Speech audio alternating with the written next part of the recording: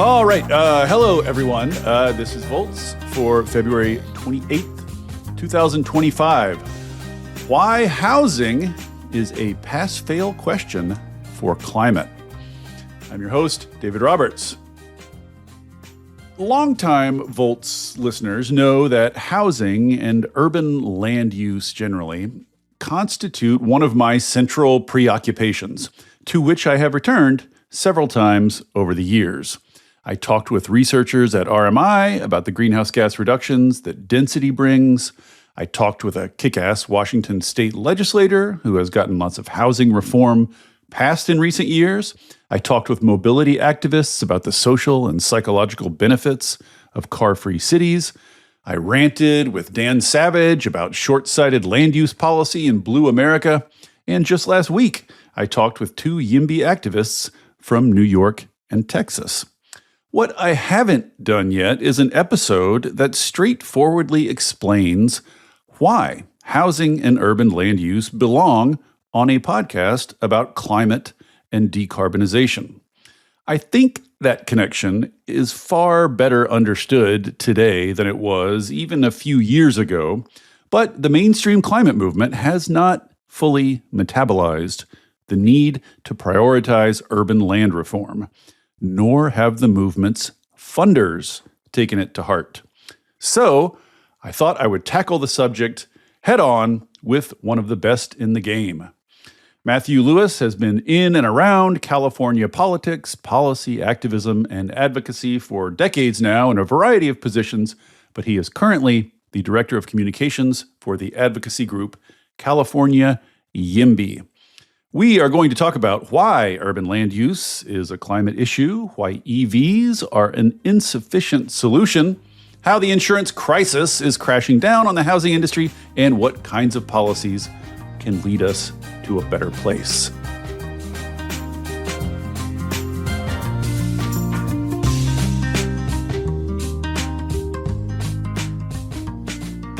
With no further ado, Matthew Lewis, welcome to Volts. Thank you so much for coming. It's been a long time coming. David, it's so exciting for me. I'm thinking back to when we met, and I actually, in preparation for this conversation, realized it was right around the time that I was getting pulled into the climate movement from more of the energy and land use side. And so I feel like we're coming full circle here. Yeah, we both ended up here in YIMBY. The more I thought about how to structure this episode, the more my brain started to short circuit. There's a lot to cover here, but maybe let's just start at the highest level. So there is climate mitigation, reducing greenhouse gases, and there's climate adaptation, which is just adjusting to the changes that are already underway or inevitable. And there's a reason why housing is central to both those stories. But let's start with mitigation, because I think this is kind of the connection that people don't fully get. So if you were doing just the sort of elevator pitch, 5-minute version, why housing and urban land use are not peripherally, but central to climate change mitigation, to reducing greenhouse gases, how would you put it? To someone who, and your average educated person who just hasn't really thought about it. Yeah. If you'll humor me for a minute, I think it would be illustrative to explain how I came to know this, because I didn't really, it wasn't inherent to me either. And I want to start there because I fully understand why someone who's steeped in climate technology and policy, like it takes a minute to sort of grok, wait, what the hell does housing have to do with this? Because I was in the same boat.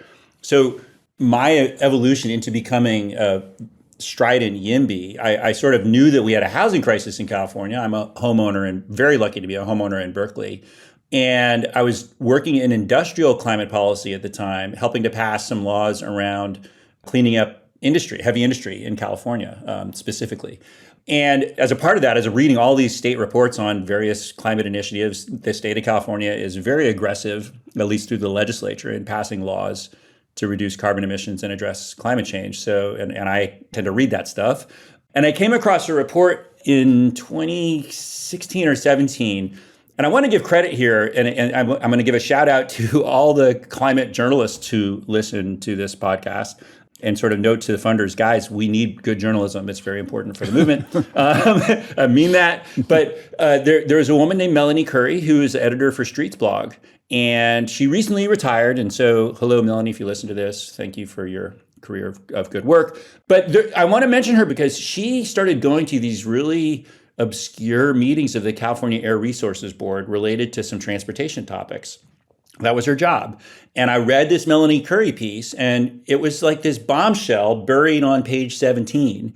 It basically said that the California Air Resources Board was admitting that there was no way for the state of California to meet its climate goals unless it reduced this very equally obscure concept called vehicle miles traveled, which in plain language is how much you drive. How much gets driven. How many miles do you drive? And so the report was like, look, we've got all these lofty goals about vehicle electrification. We have these things called sustainable community strategies that were the result of a law passed a dozen years ago by Darrell Steinberg called SB 375, the Sustainable Community Strategy.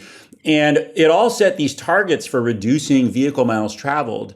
But what I didn't quite understand was like, well, I thought, electric cars would take care of that. And for your listeners who are not from California, something about me that I'll share. I used to go to this festival called Burning Man. Some of you might have heard of it. But it's in the Nevada desert. And in 2007, they actually called it there was a side thing within Burning Man called the Green Man. And you'll see where I'm going with this. And at the time I was working in the solar industry, doing promoting solar panels and all the various accoutrements that go into the solar industry. But we managed to get this sort of area of Burning Man set aside for people to sort of demonstrate new clean technologies. They were really into that, so we're out in the desert. And that was the year that this guy who you may have heard of named Elon Musk drove the very first Roadster out to the playa and showcased it to the burners. And we all thought, oh my God, this guy's going to save the world. Well, obviously, yeah, sigh. What else? I mean, yes, giant sigh. But so I had sort of drunk the Kool-Aid. I was like, this is amazing. We're going to have electric cars solve this problem of, the fact that we have too much pollution from burning gasoline and so on and so forth. But then I see this Melanie Curry story, and it's like, no, that's not the case at all. Inclusive of having the most aggressive electric vehicle rollout standards of any state in the country, we have to reduce how much people drive by 25% by the year 2030. And I was thinking, wait, that's soon, right? That's not some distant future. Because if you're in climate, you understand that everything we care about carbon are these long-term curves, right? Everybody's like, oh, look at the curve. Is it coming down? Is it going up? And the same report from the California Air Resources Board showed that the vehicle miles travel curve was going up steeply, not like kind of maybe it was going to go down and kind of maybe it was like feathering around with like, oh, we're going to solve the problem. But it was just on a steep upward curve. And the report concluded, yeah, we're going to miss the targets completely, inclusive of full vehicle electrification.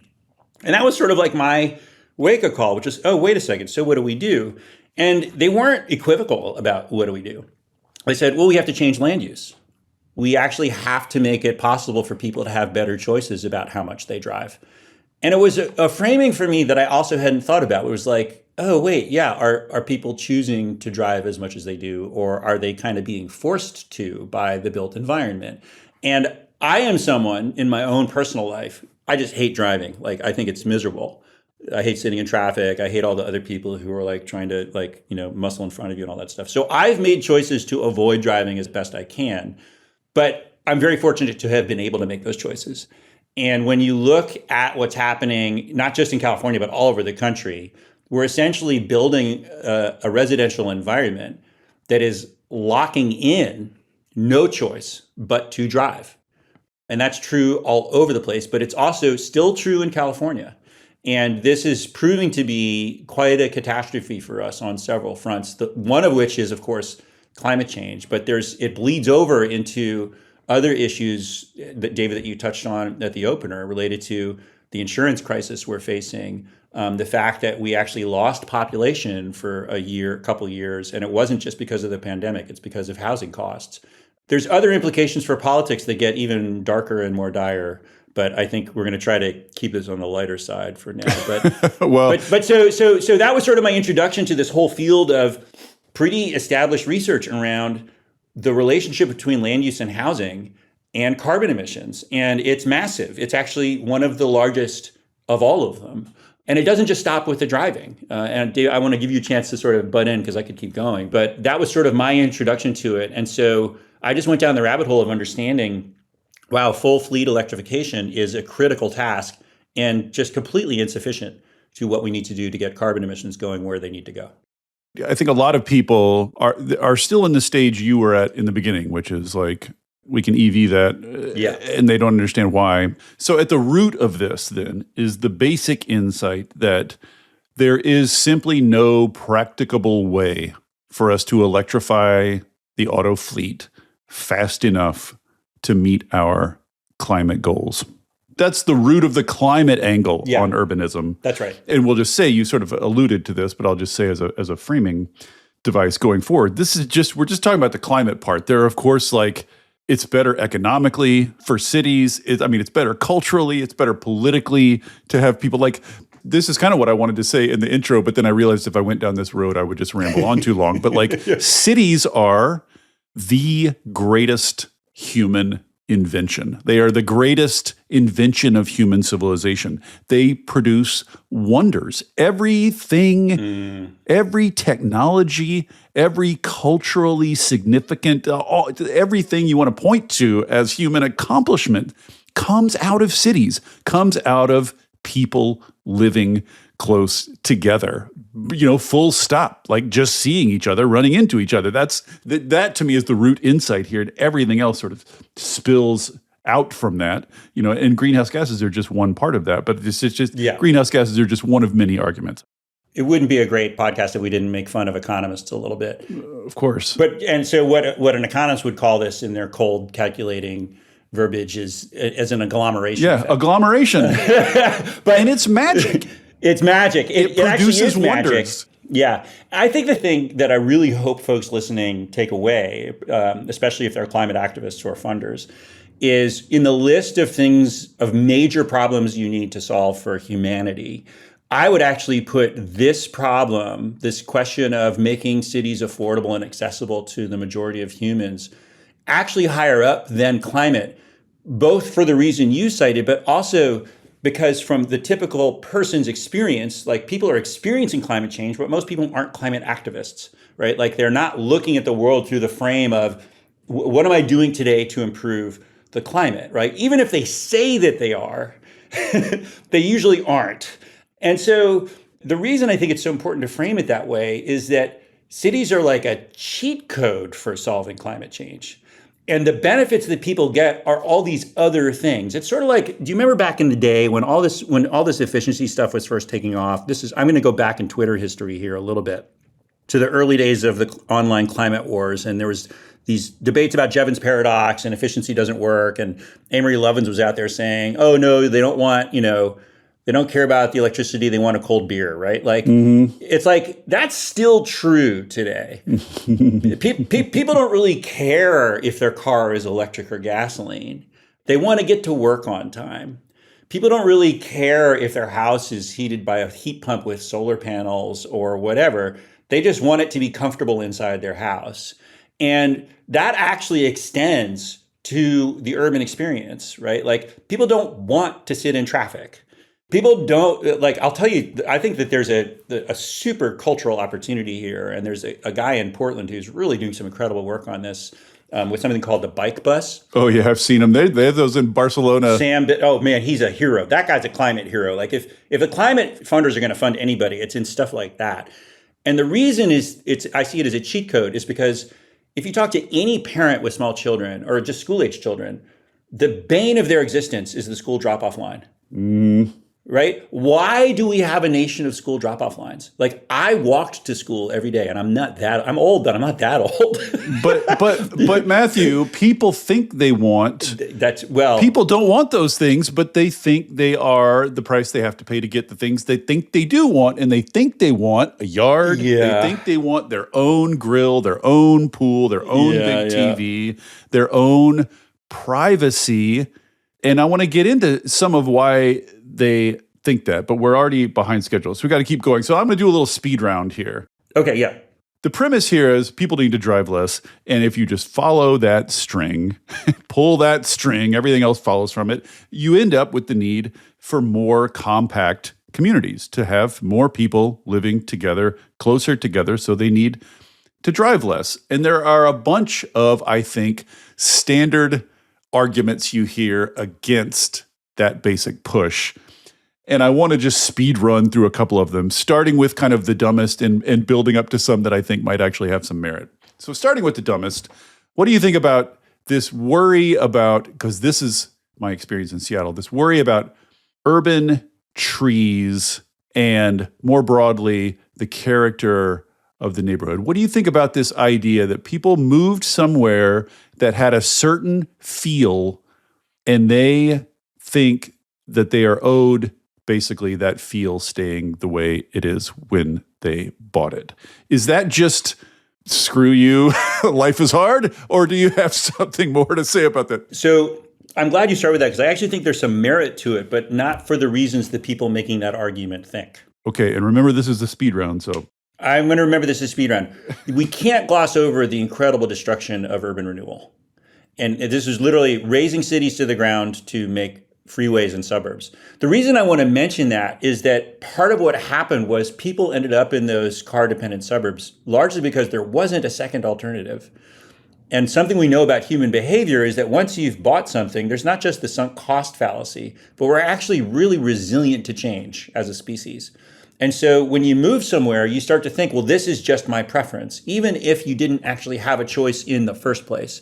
So the task of leadership on climate is to recognize that a lot of the complaining you hear isn't people saying this is the only way possible for us to live. It's them saying, I don't know another way because there isn't a choice. Mm-hmm. The way we can prove this is true is by just using the classic, very simple economic principle of prices.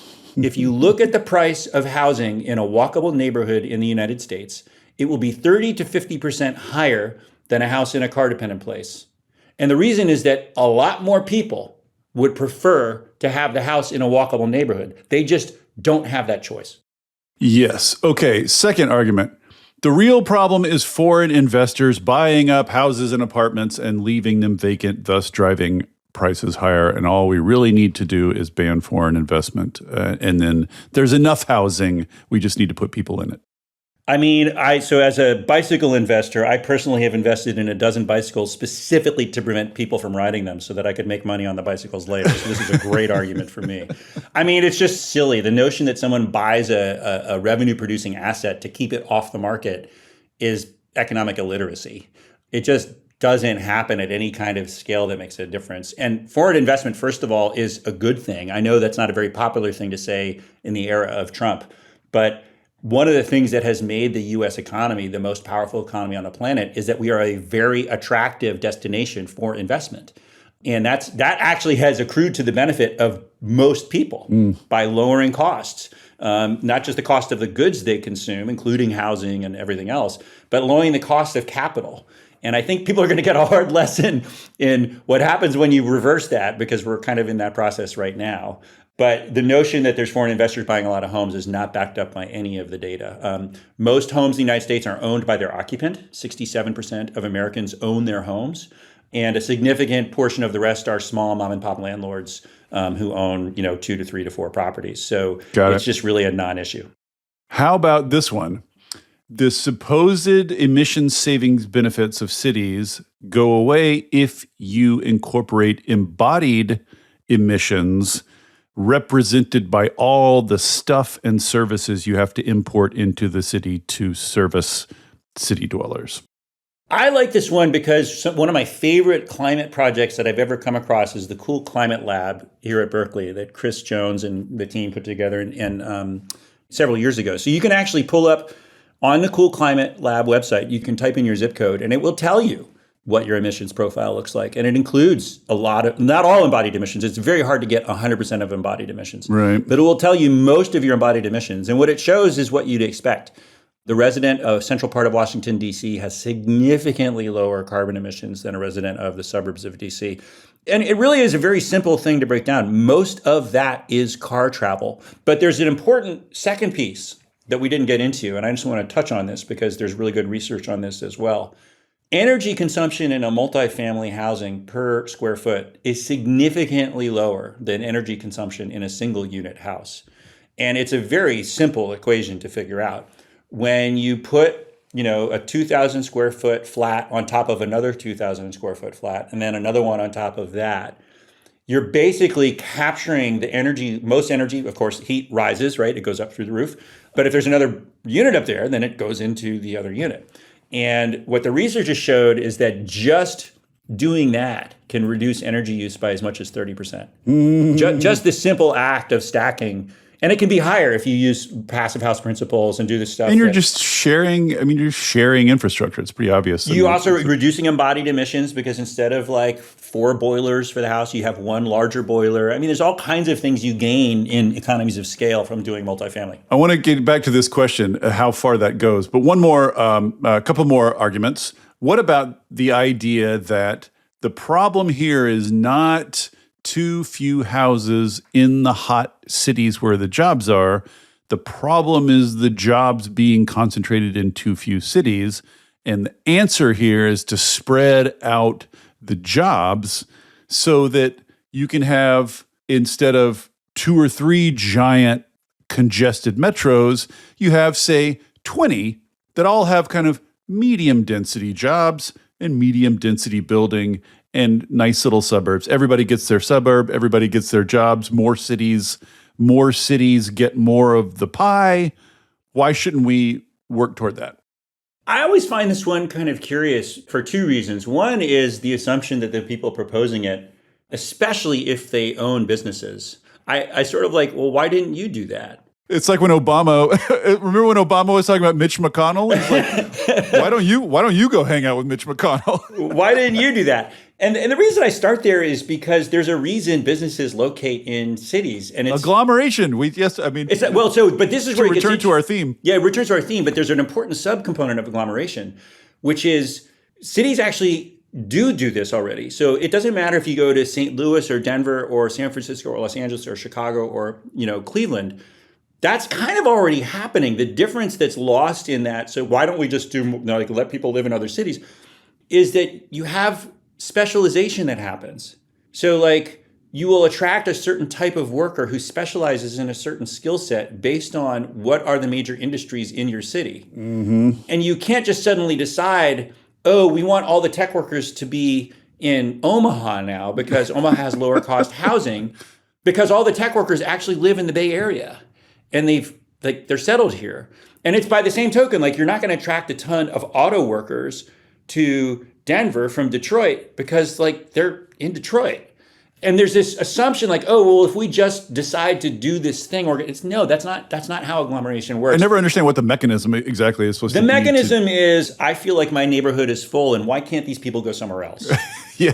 That's the mechanism. And I think the thing that's really fun for me to try to keep a lightheartedness about it, the fun about NIMBYism is, man, do they come up with some creative ways to say, I just don't like people and don't want them around me anymore. Well, I try so hard. This is funny. I interviewed these 2 YIMBYs last week from New York City and Austin. And I was like, well, I consider myself a open-minded individual, whatever. I want to know, what are the arguments against doing this stuff? So I went to AI. Matt, I went to Perplexity, the AI, and said, list the top 5 arguments against urban density, and they suck. It's all the ones you're familiar with. It's the dumb stuff about trees. It's the dumb stuff about foreign ownership. It's the dumb stuff about we're full. There are no good empirically backed arguments hiding behind the bad arguments. It's bad arguments all the way down, which goes to your point, which is all of these are reverse engineered. That's how they come across, and that's what they are. They're reverse engineered from, I don't want anybody moving into my neighborhood.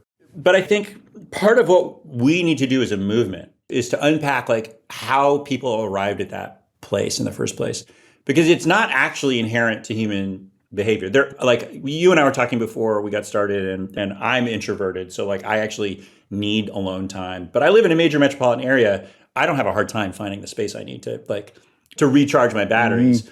I think that this does come back to, we now have several generations with no experience of choice in where they live. Like they got pushed into a suburb because that's just where we build housing in the United States. And that's not unique to California. Like that's a problem all over the country, that cities have been sort of run by NIMBYs for decades. Yeah, but try telling people that their preferences have been... You can't say that their preference is wrong. And this is why the work is really to break open the logjam against giving them a choice in the first place. I do want to say, the one thing that we do come up with, and I think is something we could be better at as a movement, is just the word density is sort of dense. Like it's so loaded of a phrase, because in my vision of quote unquote a dense urban environment, I'm thinking like Paris or Milan, I'm thinking Copenhagen, I'm thinking Oslo. Let me get my question in here. This is my number one most important question. And I think it's the one thing that I wrestle most with, and you're circling it now. So let me just ask it straight out, which is, I think there's a perception of the YIMBY movement that they just want density, uber alles, no matter what. And of course, in the real world, you're weighing density against some other values. And I can list a couple of those. And I'd like you to talk a little bit about how YIMBYs think about just raw density versus these other values. So one of the other values is just livability, right? And I think one of the main reasons there's so much opposition to density in the US is that most US city dwellers, their experience of density is that it's ugly and gross. And I bring this from Seattle, where, not to go off on this whole rant again, because I think listeners are probably getting sick of hearing this rant, but all the new population in Seattle is being herded into these ticky-tacky apartments alongside 4 and 5 lane stroads. So, I mean, they're transit accessible, I guess, in some definition, in that they're a couple of blocks away from a bus stop, but you would never walk anywhere. You can't walk anywhere. It's dangerous. Yeah. There's people trying to parallel park in front of these things as other people are driving by at 40 miles an hour. There's kids running around, coming home from school. It's like in Seattle, density, where you find it, is unpleasant, is generally unpleasant. I wouldn't want to live in most of what passes for density in Seattle. So this is like one value you weigh against just the raw benefits of density. What about quality of density? Quality of livability, green space, walkability, public spaces. That's one thing. Another one is, how do you weigh the merits of density versus the quality of the buildings themselves in terms of how tightly their envelope is built? Are they built to net zero standards, et cetera, et cetera? And then there's another value you might weigh against it is resilience. How much do we weigh just raw density versus density built specifically to be resilient against the effects of climate change? And then there's the justice thing too. So on the one hand, you just have sort of like raw density, get as many people as possible into as small a space as possible. And then there's all these other things that you also value, but if you truly value them, will, in practice, somewhat slow down and raise the price of density. If you do density well, you're going to do it a little more slowly and a little more expensively. So how do you weigh the trade-off between just the need for density versus these other values that you might want to build in? There's a lot packed into that. Yeah. That's 38 questions. Let me start at the top. So the thing to remember, what YIMBYs are asking for, I mean, I think we use density as a shorthand for a whole bunch of things. And I kind of want to kill that because it gets such a charged reaction. But the truth of how housing works in practice is that a builder builds a house And if somebody wants to live in that house, they buy or they rent it.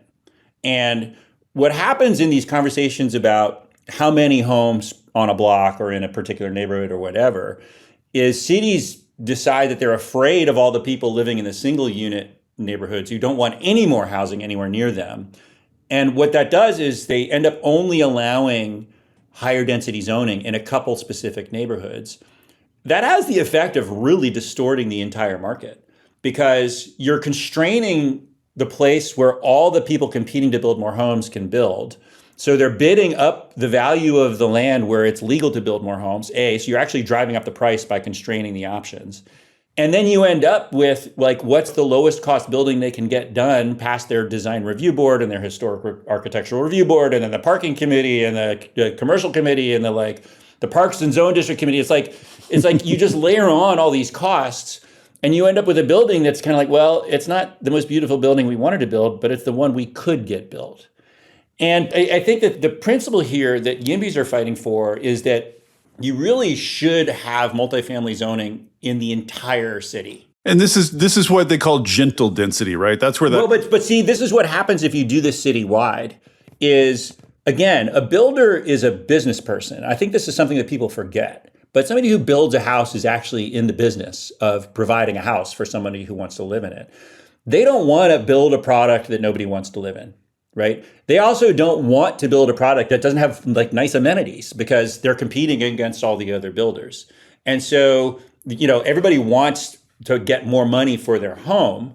But if you build enough of them, what you end up with, and I mean across the city, what you end up with is all kinds of different housing typologies.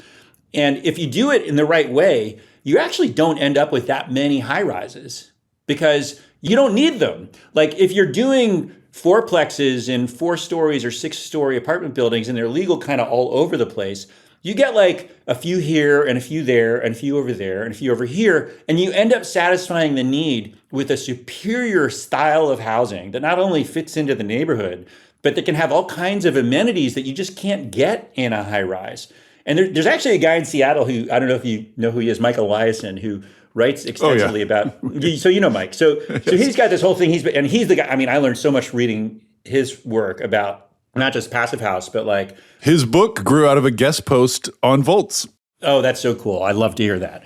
But so he's got this, if you look at, for the listeners who want to check it out, like the buildings that Mike is talking about are spectacular. Like you'll have people beating down the door to live in these buildings. Yeah, but this is the problem is like no Americans see those. We're back to our basic problem. Because they're illegal, David. They're illegal to build. Exactly. So we're in a, I don't even know what you call it. We're in a trap where no American consumer can see a better alternative. And therefore, they don't think they want one. This is why the housing shortage and affordability crisis is a crisis of political leadership. And the reason is that no matter what you try to do, and I'm talking anything, you want a bike lane, somebody's going to oppose it. You want to put in a preschool, somebody's going to try to oppose it. You want to put in a park, somebody's going to try to oppose it. You're going to want to put in a new Indian restaurant, somebody's going to try to oppose it. Like, that's the nature of cities. There's always some crank who thinks that time ended the day they moved into the neighborhood and that nothing should change after that. And this is actually, I think that there's a deep philosophical question here. And I want to push back against the premise that I know you were sort of strawmanning it, so I appreciate that. But the very notion that anything should be subject to not just a pocket veto of a neighbor's, but that the neighbors can sincerely express a desire to have no change happen to them ever, as if that's a real thing that's possible on this planet. And I mean that sincerely, because I think part of what we're confronting here is a society that has become afraid of change. And that's a much deeper problem than housing. Like, housing is an expression of that. That's that lack of social trust, which infects it's the lack of social trust. Everything. But there's an entire, I mean, I got to do this because this came up yesterday, and so it's so timely. But there's a Native American writer, Leslie Marmon Silko, who wrote a book in the late 70s, early 80s called Ceremony. And it's about this young Puebloan guy who's like lost on the reservation. He doesn't know which way his life is going. And he meets this older kind of witchcraft lady who's like mentoring him and teaching him stuff about how to make life work in the white, colonialist modern world. And he's like struggling. And she finally like says a bunch of things to him about change. And there's this quote in the book that I want everybody to like fully internalize, which is, "She taught me this above all else: things which don't shift and grow are dead things. Yep. And this is where we are.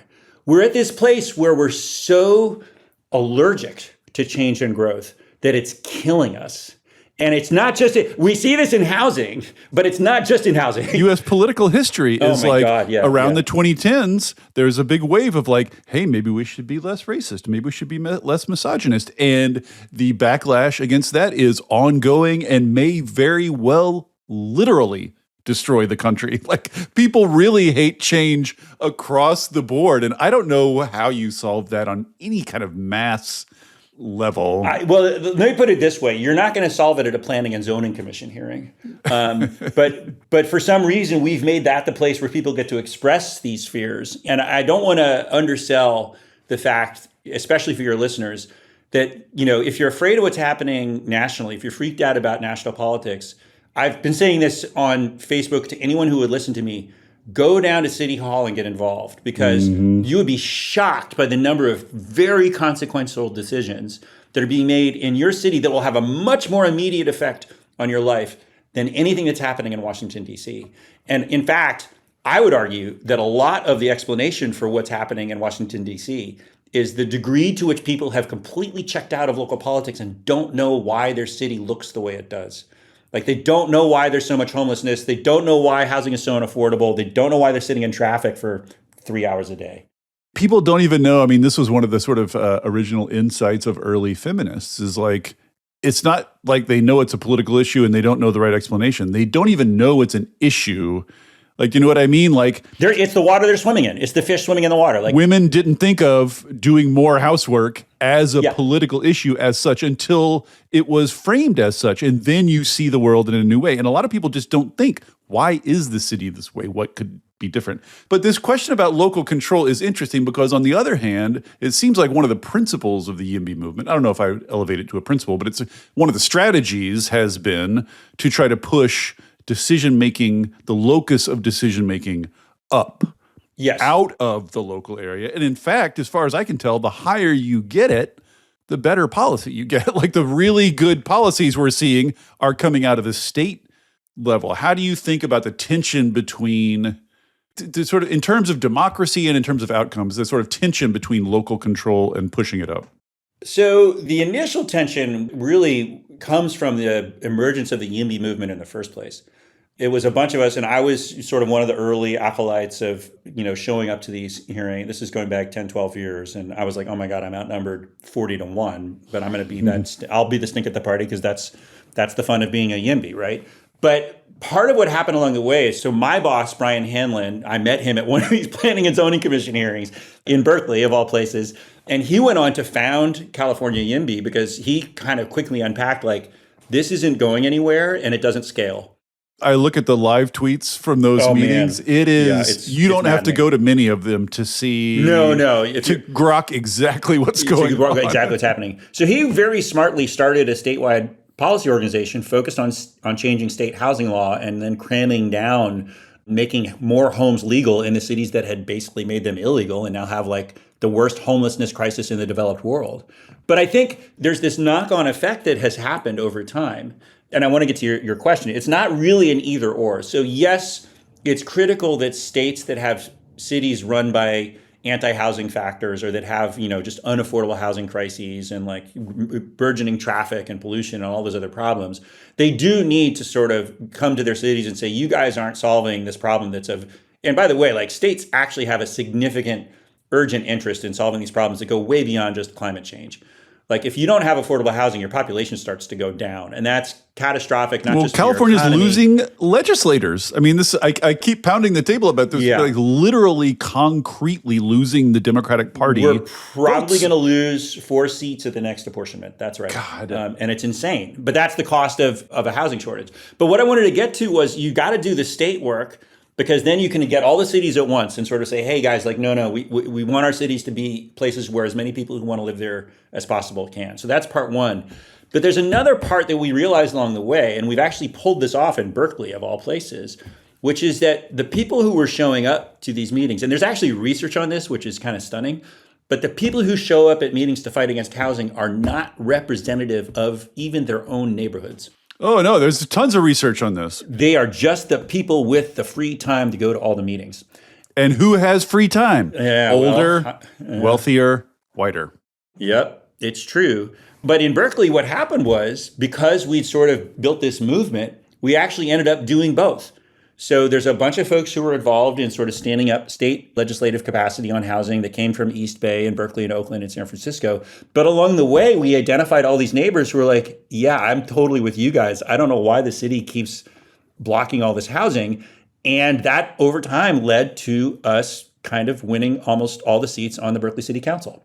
And so the reason I want to point that out is that the only reason you need states to intervene is because the cities have like very vocally said, we don't care how expensive housing is. We don't care how many people are homeless. We don't care how much pollution this causes. We just like things the way they are. Well, if you're like Marin, like Yeah. you're sitting pretty. What internal incentive do you have? Well, I'll tell you. So Marin's got really, I mean, actually, I'm glad you brought up Marin, because this comes back to our first principle. Marin is losing children, as in their school districts are shrinking. And so they're actually starting to lose funding for education because the formulas work on how many pupils they have. But there's another even worse part of this well, it's not worse. It's all bad in Marin. But 70% of the people who work in Marin County commute from another county. Yeah. And so when you look at the carbon emissions impact of Marin's intransigence on housing, like this is a county that sort of prides itself on being, we're all sustainable and we're like in this house. And in this house, we like science, except not as long as it doesn't get too sciencey. Like what kind of science are we talking about here? But they're literally causing pollution all over the Bay Area because they don't allow more housing to happen. And they'll tell you, oh, no, but that's not true. Oh, and I've had people say to me, yeah, but Elon Musk is, and I'm like, don't even say that. Don't finish that sentence. Please don't finish that sentence. He's building tunnels. The tunnels. Well, this is a political dynamic I'm interested in, because one of the worries that I hear from a lot of people is if you go up to the state level, pass policy there, and then go back down and impose it on cities that don't want it, you are going to be pissing off and alienating Democratic voters, and you might drive them into the arms of the reactionaries, or you might just cause a backlash that causes them to elect a bunch of NIMBY Democrats, or you might, you know what I mean? Like by overriding local control, you risk political backlash. Now, if what you're saying is true, if like local control is in some sense an illusion and the locals are actually with you on this, then there's less danger. There's actually a third phenomenon, and it's actually even cooler than all that. So we talked earlier about how what people are afraid of is change, which is really being afraid of something that you haven't seen or don't know or don't understand, right? What ends up happening is you build the apartment and people are like, oh, that's not so bad. No one ever goes backwards on these things. So literally like the people who will go to the meeting and say like, this is going to destroy the entire community. It's going to kill thousands of children. All the dogs are going to run out of town. Like this is the worst project we've ever seen. You literally build it. And the next day they're like, oh yeah, that's not so bad. And so this question of a backlash is sort of like, it's a red herring because you don't end up actually, I mean, I think the thing that people need to understand is most of the housing that will ever be built in the United States has actually already been built. Yeah. Like we need 5% more homes. You know, yeah, and it's kind of like, and guess what? You can actually put them, if you spread them out enough, you'll barely even be able to tell. And I actually do this thing in Berkeley when I get the chance with somebody where I actually did this with a columnist for the Orange County Register a couple of years ago. We were walking through a neighborhood and I was like, look, we're going to walk through this neighborhood and I want you to try to guess which house is an apartment building and which house is single family.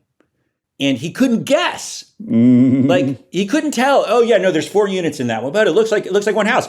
They don't even know. I'll concede this, but with a big but. And this is one of the things about urban land use fights in general that baffle me, and I've raised it a bunch of times, which is you're right that if they just build the apartment building, you won't get sustained backlash because the fears are mostly made up. They mostly don't play out, and apartments are fine, and they there are apartments all over the place. Everything's fine. And it's the same with like bike lanes. It's the same with shutting a highway. Almost any YIMBY-esque urban reform, people never go backwards and want to get rid of it after it's there. Once it's there, people are almost always like, oh, that's fine. But there's no backlash. But on the other hand, nor does the fight materially change the next time. In other words, no one learns from the fact that they built the apartment and it was fine, so that the opposition to the next apartment building is just as furious as the opposition to the last one. No one learns. I would push back on that, and I would give a few examples of why I don't think that's necessarily true. So one is here in Berkeley, where the support for more housing grew as we densified the downtown. It went up. The same happened in Emeryville, but Emeryville's always been very pro-housing. It's also a very small city. Sacramento has been crushing it on home building for years, and they keep doing more. They keep going further. Cambridge, Massachusetts, just this week, legalized, I think, 6-story buildings throughout the entire city. The entire city. And is this changing minds, or is this just bringing people who agree out of the woodwork and making them politically visible? I think it's a combination of various factors. I think it's that for sure. It's sort of bringing in the originally aligned people who were on the sidelines. I think there is the reality of an actual housing shortage and affordability crisis where you're building a political movement that's like, no, this is affecting us and we have to solve it. I think there's a whole bunch of things that are coming into play here. So there is momentum. You think there's momentum and there's change. People are changing their minds. There's momentum in the YIMBY movement. And I think something that really inspired me from the very early days of YIMBYism, coming from climate activism, was these were people who were showing up that did not have an institution. Right. They did not have, there was no one, like, they were just like, I'm going to go to this meeting because, damn it, this is insane that they're blocking like a senior housing place like downtown on city-owned land, right? And so it's organic. There are people like this all over the country. And it's sort of like the bright side of the dark side of the problem. So the dark side is that we have a legitimate housing shortage and affordability crisis in most of our cities. The bright side is that the people who are experiencing that have agency and are showing up and using that agency.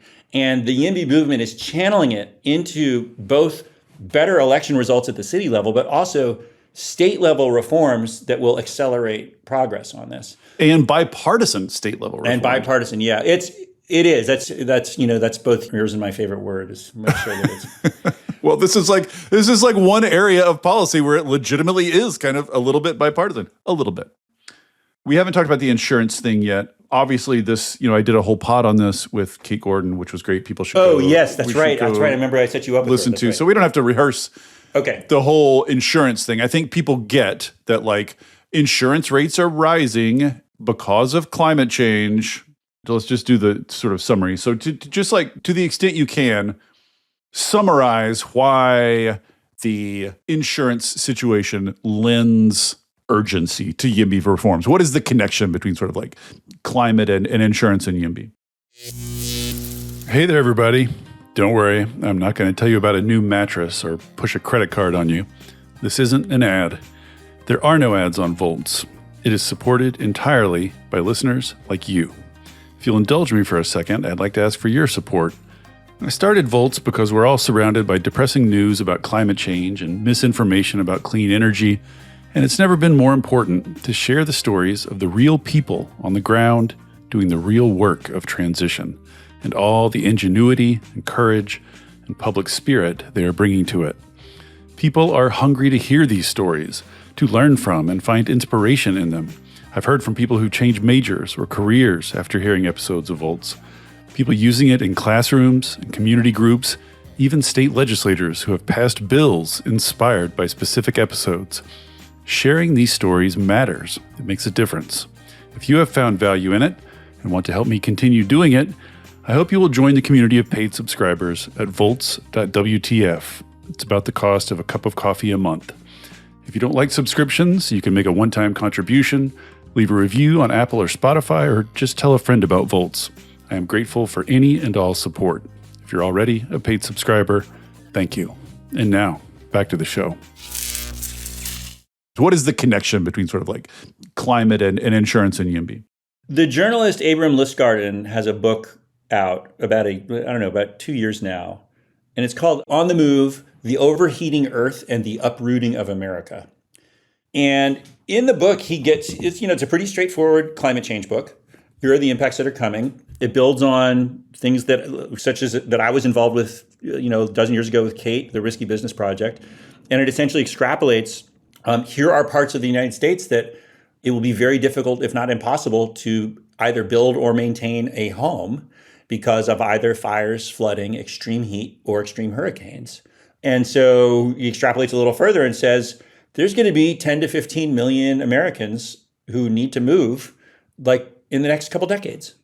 And when you think about that, the next couple decades is the life of most existing mortgages in the United States. So these are homes that people are still making payments on.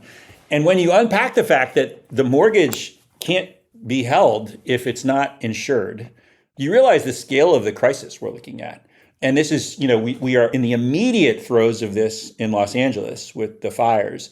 I don't think people in Los Angeles realize how bad it's going to get, even if the state does everything right, because Los Angeles is a city built to block housing. I mean, it is just a political body that has perfected the art of creating homelessness, displacement, and overcrowding. And it's what it is best at.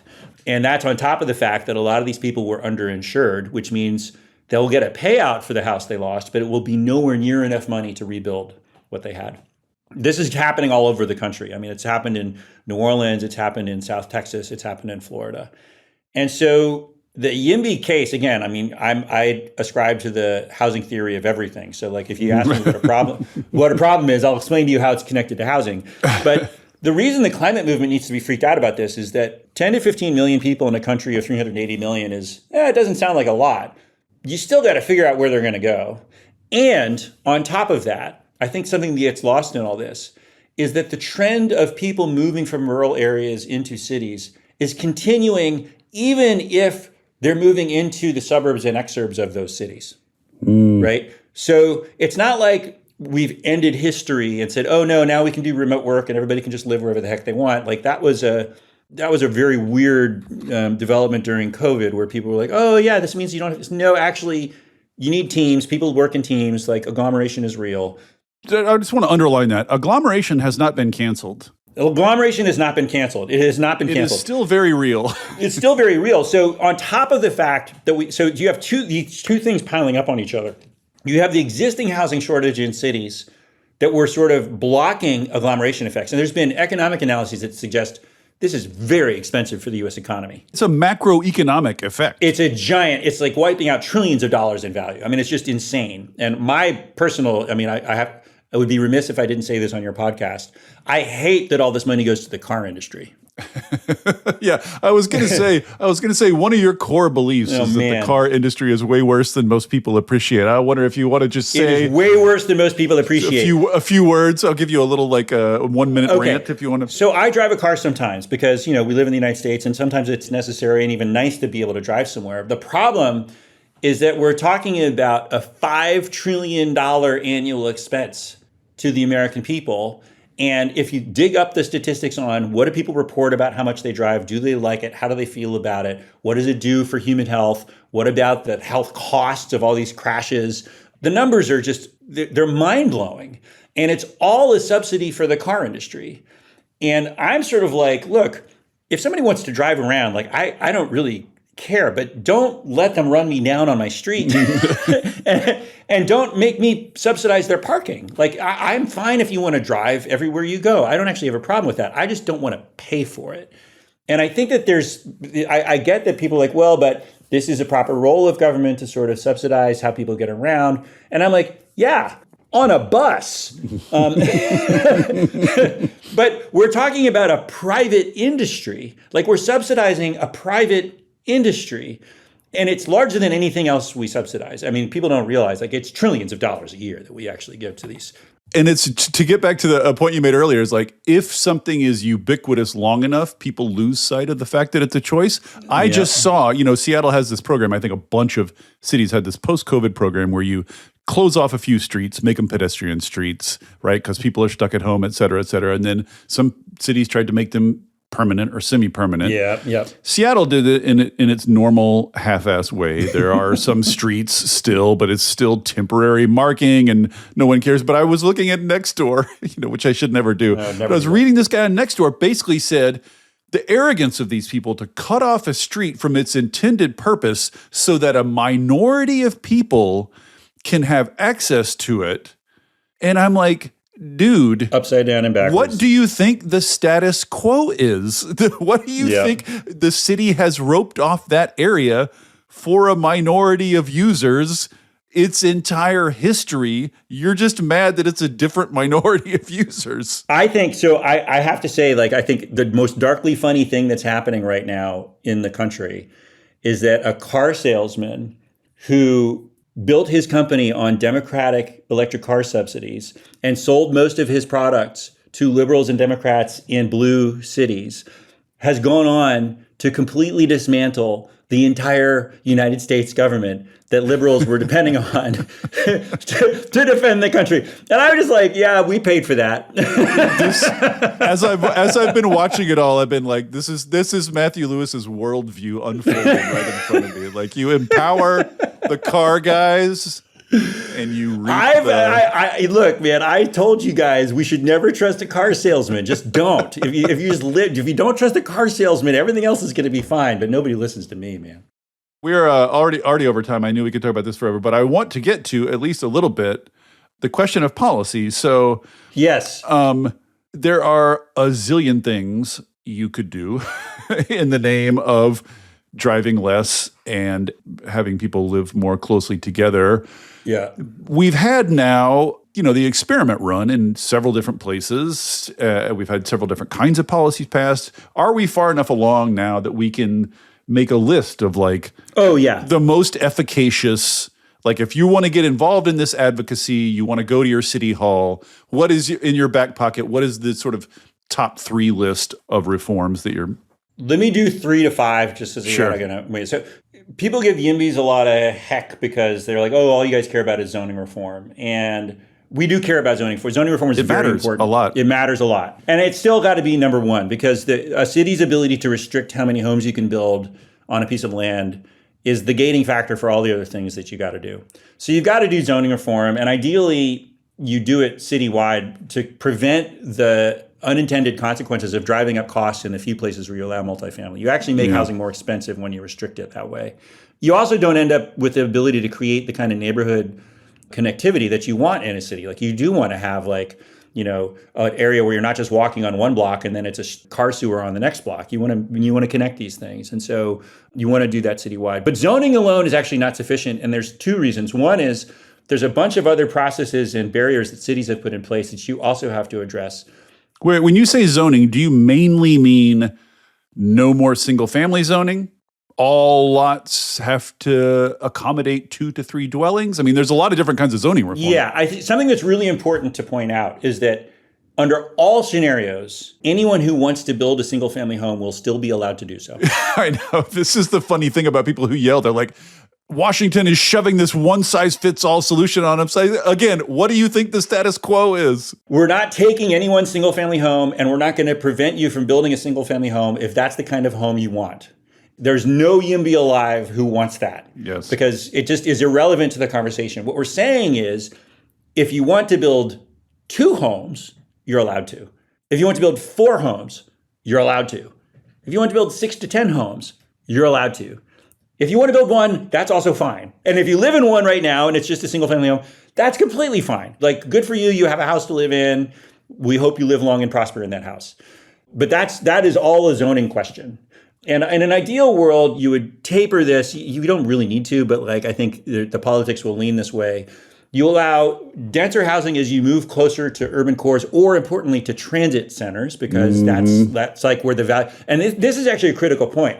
Cities and states have put billions of dollars into public transit systems of public money, but then they allow the single family homeowners around those transit systems to dictate the land use. And it's guys, you didn't pay for that amenity. This is Seattle, Matt. We spent whatever, $5 billion on light rail. Oh, it's everywhere. And basically accepted light rail that provides about 10% of the value it could have added if you just build around It's stations. a giant subsidy to those homeowners. And it's similar it's not quite similar in scale to what we do on cars, but it's a similar philosophy, which is we'll spend all this public subsidy, but only let some people actually have access to it. So zoning is one. There's another one, and this gets into the details of what actually happens in a city planning department, which is the permitting, the entitling, and then the design review and related processes around the type of building you build, when it can get built, how long that process takes, et cetera. So permit streamlining is really, really critical.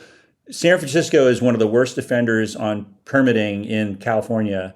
It takes almost 3 years to get a permit to build a house in San Francisco. And it's just, if you think about it, people are like, oh, it's so expensive. It's like, well, it's expensive because it takes 3 years. I mean, that process is, you're paying somebody to make it through the process over 3 years. Yeah. And I don't know how common this is, but it took me a while to even wrap my head around this one. But, Seattle has this design review board where you propose a building. Oh, God. You design the building, and then the building passes all the code, like it lives up to code. It does all the things that legally it's supposed to do. Yeah. And then you take your legal building and run it in front of this review board that just says stuff like, I don't like the shade of the bricks on that corner. Go fiddle with those bricks. And that alone, insane. that right there, that's 6 months of reviews, redoing the design, coming back to the design review board. And that can go on for years. Who are these people? Coming back to something you said earlier, which is why do we end up with these buildings that just aren't that attractive? Well, that's why. Yeah. Because what you end up with is an architectural community that's like, well, we've run through these traps so many times. This is the only kind of building that will possibly pass design review. And it's stupid. It's like if you go to a modern country like China, you're like, they have all kinds of interesting architecture. And it turns out diversity is interesting to the human eye. Who knew? It's interesting. That's right. But design review is one of the worst things that cities do for buildings, because the reality is that architects are freaking talented, man, and they don't want to build ugly buildings. They want to put a beautiful building on their resume. I promise you, they care about that. So let's let architects do what they do and make our cities more beautiful. But that requires changes to the permitting process, the review process. There's a bunch of stuff that's in the world of finance that gets very tricky. So one of the things that we realized was when you pay your fees, if you're forced to pay your fees when you pull the permit as a builder, you're paying a very high interest rate on the fees before you've ever got a certificate of occupancy. So we wrote a law that says actually you pay your fees when you get your certificate of occupancy. And it saves so much money on some of these projects that they're actually able to add 1 to 2 to 4 to 5 units to the building. But that gets into the weeds of some of the changes. I think that the big one, and this is probably the biggest challenge we face, is access to finance for subsidized affordable housing. And this is where there's this cleavage on the left for some reason that I still don't understand. Yeah, I wanted to ask about this. This is the number one question that you saw on social media, the number one thing people ask. It's so weird, man. People want housing to be a human right, and they want the whole thing to be publicly administered. And I don't think people appreciate what that would involve, and the prospects of that actually happening.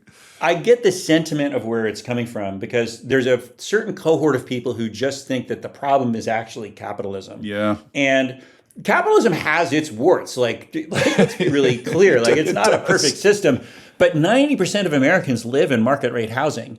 And part of the reason is that it can be built much faster, and you get more variety and you get more choice. And so you end up with a much more abundant housing ecosystem when you allow the market to build what it builds.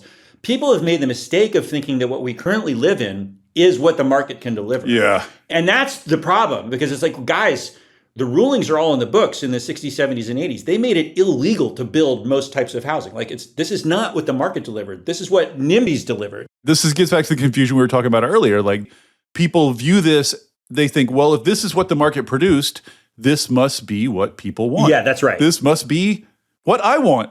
That's right. It's that famous meme of the guy like with the butterfly, like, is this a pigeon? Yeah. Right? Like, no, it's not. Like, this is not. But I think that the place where YIMBYs are in full alignment with some of the far left folks who critique us is we actually do need a lot of subsidized housing. Like that is an unquestionable truth. And we need not just the housing, but we need the funding for the housing. And it is very hard in some states to get that funding passed It requires a tax increase of some kind. Well, also the place they look for that money is from developers. So then they put a bunch of fees on development to raise money for that stuff, but then that has the sort of knock-on effect of slowing down and making more expensive. There's a whole rabbit hole we could go down around inclusionary zoning, which is just a total catastrophe, which is what you're describing. Yeah, you don't want to make building slower in order to fund. You don't tax the thing you want more of. That's right. Well, there's a shorter way to put it. But the thing is there is a way to raise a lot of money for housing subsidies, and we need to be exploring more of those ways, because the reality is that for somewhere between 5 and 10% of the population, they're never going to be able to afford market rate rent. And I want to use, I was having breakfast with a guy this morning. I just want to use an illustrative example, because Oakland has built about 10,000 new market rate apartments downtown in the last 10 years. Almost all of those apartments are affordable to the median income earner in Oakland. So 80 to 100% of AMI. So when we talk about affordable housing, people get confused because well, affordable to who? And the YIMBY answer is affordable to most people. Like, if it's affordable to most people, then we've achieved our goal. What the far left has been saying is, yeah, but that's not good enough. We want it only to be affordable to people at the very bottom of the income stream. The problem is that that's such a distorted view of the populace, because you're only talking about 5% of people. The whole middle of the country also needs housing, right? And so if you build enough of it at that range, you actually can house them. And affordability, by the way, is defined by the Department of Housing and Urban Development as about 30% of your income. So there's actually, this is not like a unknown number. It's like, that's the number you're aiming for. But we still need billions of dollars in subsidies to provide housing for people at the bottom of the income scale. And California YIMBY has sponsored every measure we could find that would actually do that. We're totally on board with trying to get social housing reintroduced in the state of California, because that's another way to approach, having the state build homes for people who need them. What's the model? Like the different countries, different cities do social housing many different ways. A lot of people point to Vienna, but that's sort of like, Vienna, that's like 80% of that is subsidized or something like that. Do you have a... Well, so subsidized and social are not the same thing, to be clear. Like, it's an ownership model. It's not just about the subsidy. So you can have social housing that doesn't necessarily get a huge amount of government subsidy. It just is owned by a government or a quasi-government entity that can control rents and manages the structure. Right. So I think people assume that this means that you can't have ownership in social housing. You actually can. The difference is that when you buy into a social housing project, your resale value is capped. Now, that also has the benefit of capping your cost. It's like it goes both ways, right? So there's a lot of different ways to do this. I think that the challenge is that the history of social housing in the United States is not great. No. But it ended so long ago. We're like generations beyond when that was going on. And I think that the zeitgeist has changed enough where it's worth taking a look at. But I think everybody needs to be really clear. Like, there is almost no plausible future where 100% of the homes built in the United States are social housing. It's just beyond comprehension, because you're talking trillions of dollars, and the government will never have the money. The worst part of this is it's not just that the government will never have the money. It's that the market already has the money and wants to build the housing at a price that people can afford, because those people are earning money and they want to pay for that housing. And so this notion that we should stop a willing buyer and a willing seller from having a transaction because it hasn't achieved our ideological goals is frankly cruel. It's cruel. Yeah, that was the point I wanted to make. Every bit of housing you build, it's not just that a developer made money, blah, blah, whatever. It's that a family got housing. You know what I mean? Like, every bit of housing you build relieves a little bit of suffering. It's not a neutral thing here. So delaying it, waiting for an ideological revolution is not neutral. You're hurting a lot of people. And I think this gets at sort of like, it is a deeper philosophical question about both governance and sort of society and economics, which is, should people be free to choose where they live and in what kind of structure they live? Or should the government be deciding that for them? And I know that's a very oversimplified version of the conversation. But at the end of the day, like, we kind of fought these ideological battles 50, 75 years ago. And while I think there's a lot of things we need to improve about American capitalism and the social welfare state, and like, I'm very curious and interested in like universal basic income, especially as we got artificial intelligence coming on, I think it gets more salient. But we live in a country where people like to choose where they live. And the best way to satisfy that is by building a lot of housing and giving them a lot of options and making builders compete with their products, their house that they build, for people who want to live in them. And this notion that there's some way for someone to insert themselves and say, no, you're the wrong person to live in that house. This is the right person to live in this house. That's the wrong kind of house to build. This is the right kind of house to build. That's kind of what we're grappling with here. Like, it's been really wild, David, because I didn't start as, I was never like a rah-rah freedom kind of guy. Like, my background is much more on the left side of the spectrum. But housing kind of freedom-pilled me a little bit in a way that I didn't expect. Because it's like, no, actually, people should be able to choose where they live. Like, that seems fundamental. Yeah. And the fact that we're having to debate this on the left it's disappointing. But I got to say, like, I think for the most part, people are pretty aligned. I think these fights are much more online in general.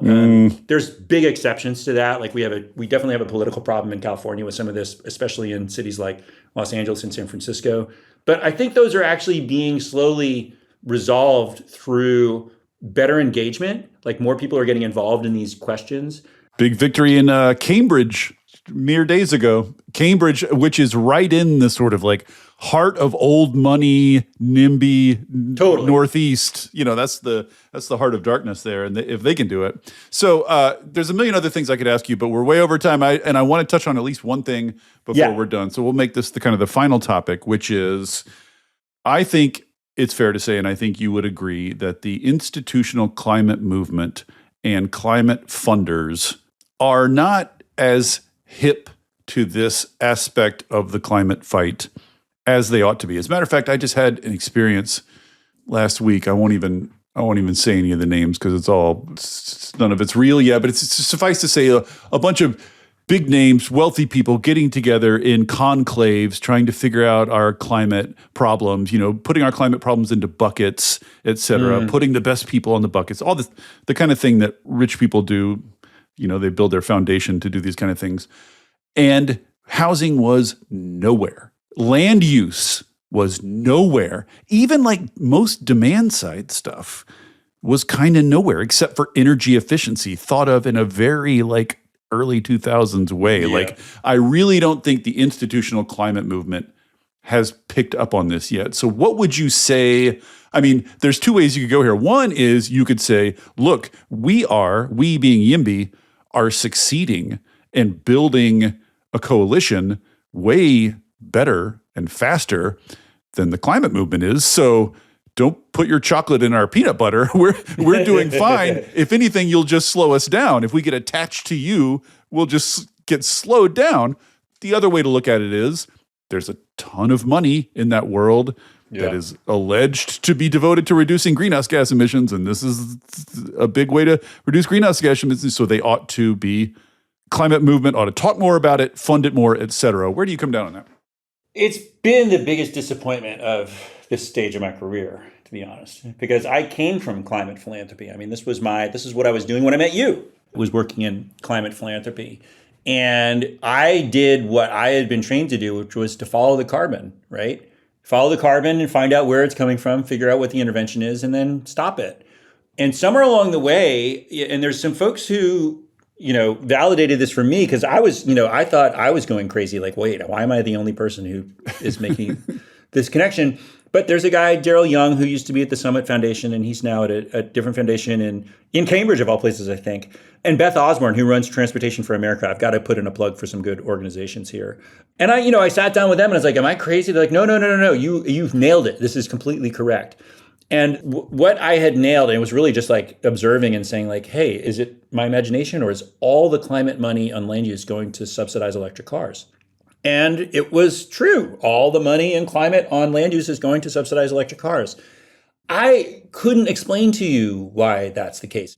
I think one thing that's in a lot of people's heads, I wanted to raise this earlier, is the idea that even if you can't get all the way there with electric vehicles, the mechanisms by which you can push electric vehicles out are very clear. They're gaining momentum. You're getting a big chunk of climate gases for it. Whereas trying to do better urban land use is excruciatingly difficult. It's slow. It's a city by city by city by city battle. So even if you think both of them are important, you can just get a lot farther, a lot faster with EVs. I think that is what is in the back of people's heads. I think that was the calculus, and I think there were a couple of major errors in the calculus that would have probably been difficult to see at the time. So in fairness to how it ended up that way. But one of the big errors was miscalculating the U.S. auto industry. And this was something that I think some of the folks knew. I'm also not going to name any names, but there were people who were involved in this fight earlier who were like, yeah, they really don't want to do fuel economy. And that was clear for a long time. They did not want to improve the fuel economy of the fleet. And they made that very clear by putting in the loophole, the SUV loophole back in the 90s, and then deciding, oh, yeah, by the way, we just decided to stop making sedans. It's like, oh, so the kind of car that's regulated by fuel economy, you just decided to stop making those. And now here come the people on Twitter telling me, oh, Yeah. Americans just inherently love giant trucks with high And it's grates. so crazy. It's so crazy because I was alive to say, no, actually, that's not what happened. You know, like you're not going to gaslight me into thinking that that's true. So there was just a miscalculation about the U.S. auto industry and its DNA and its culture and its willingness to actually pivot to cleaner cars, not just culturally. You know, there's this whole other aspect of it, which is financial, which is, you know, a car factory is expensive to build. So once you've built like 50 F-150 truck manufacturing factories, you're going to make as many of those damn trucks as you can because you're trying to capitalize on the investment. And so we're now living in this place where, like, still today, most of the cars sold in the United States are gas guzzling SUVs. The number one car sold in the United States is a Ford F-150. Half of the top 10 cars are like these gas guzzling trucks and SUVs. That's today. That's in 2025. That was one thing that I think they miscalculated on, was how would they be able to pressure the U.S. auto industry on this? They underestimated the perfidy of That's right. the car companies. They underestimated how, frankly, I'm sorry, but how much these people do not care about human life and safety. And I extend that to the vehicles themselves, where they've now designed these grills of these trucks. It's almost like, I mean, I'm sure this isn't what they set out to do, but if you wanted to kill children, They're kid killers. that's how you would design a car. Like it's and like, they regularly kill kids. and they regularly kill kids. So, oh yeah, they're going to kill kids, but they're going to also act on climate change. Like, give me a break. Like, it doesn't add up. But the other thing where I think they missed and where they were wrong was on the speed question. So I actually heard this a lot, was, oh yeah, it's faster to switch out cars. Now let's say you had the perfect car industry and you had a regular pace of fleet turnover, and you know Costa Samaras. He's been on the pod. Oh, great. So he actually did a calculation about fleet turnover and found that, like, under the best case scenario, the deadline, this was great, this blew my mind. This was a few years ago. He said, under the best case scenario, the deadline for the United States to have 100% of new car sales be electric was 2020. And this is with normal turnover. We should acknowledge, if we got religion, Right. we could theoretically buy out people's remaining auto life. Like, if we really wanted to, So here's the thing. And we aren't going to do that. Yeah, it's not just that, but like if you decided you're going to spend $3.5 trillion to retire the existing fleet, that same $3.5 trillion would buy you almost all of the housing plus high-speed rail that you need to actually wipe carbon off the map. And this is where things got weird on the climate side. And here's the reason. The mayor of Paris has taken that city. It was a motorhead city. I don't know how many people went to Paris 25 years ago, but it was choked with diesel. And it was just a traffic nightmare. She has completely turned that city around much faster than the pace of electric vehicle sales, even in France. So this question about land use, I agree it's hard. And I was actually in those conversations with people like, yeah, it's too granular. You've got to go to City Hall. And I was like, okay, before I was at YIMBY, I kind of understood that. What was missing, though, was they just sort of assumed that because city halls are run by NIMBYs, it will take too long. And they didn't actually anticipate either the realization that you can get much further, much faster with state action, but also that people actually want these things. Like, there's consumer demand for walkable neighborhoods. There's consumer demand for, like, letting their kids just walk to school. And they just kind of erased all of that from their minds as like, oh no, we're past that era. We're never going to get there again. And what we've shown is it is actually faster to change land use when you set out to do that than to turn over the fleet. Well, yes, but how fast is it going to be to make every U.S. city into a Paris, though? I mean, that's the real Like, if they all had the willingness, then they could do it very fast, right? But that's not the source of the slowness.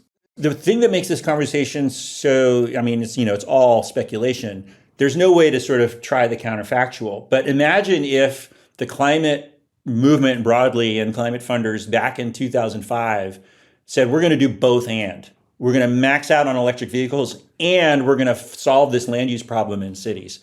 I think after 20 years of trying, we would be so much further along than we are now.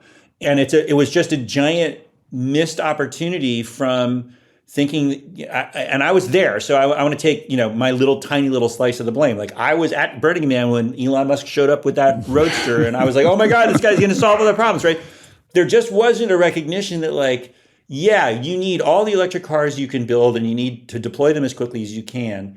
And if you fix cities along the way, you actually achieve the goal. Like, you can actually get there if you do both. But for whatever reason, the decision was made to only do one of them. And I understand that it seemed impossible back then, but also they didn't try. Yeah.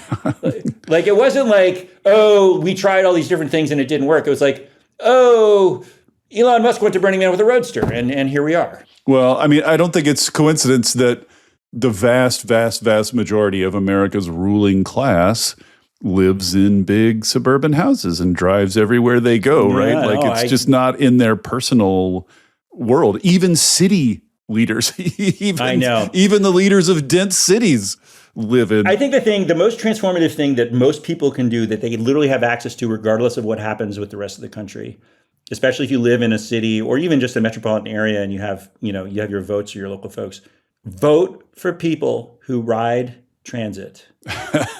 And the reason that's so important is that it doesn't matter where they are on the economic spectrum, because I ride BART and Muni, and I promise you there's a lot of very wealthy people who are riding BART and Muni because it's the Bay Area, right? Like, there's money there. So it's not about an income spectrum. But people who ride transit just inherently get the connection between housing and mobility and agglomeration, and especially if they're running for office. Like, they're just they're gonna be those kinds of people. And on top of that, if they don't know climate already, they get it in an instant. Usually they tend to know climate in my experience. But so that's my parting message to folks, is that if you want to transform your city to make it more climate resilient, reduce pollution, all that sort of stuff, really pay attention to your local elections and just focus on people whose platform is, I want more housing, I want more investments in transit, I want more walkability. And yes, I want to create some public charging for electric cars. But if all they're doing is public charging for electric cars, like, oh yeah, that's all we got to do, then your spidey sense should be going off, because that person's not serious about solving urban problems. All right. Well, there's a million. I know we could go on. A million more things to touch on, but we'll have to leave it there. We've busted my time. I know. All right, man. Thanks for coming on. I'm super psyched we finally got to do this, David.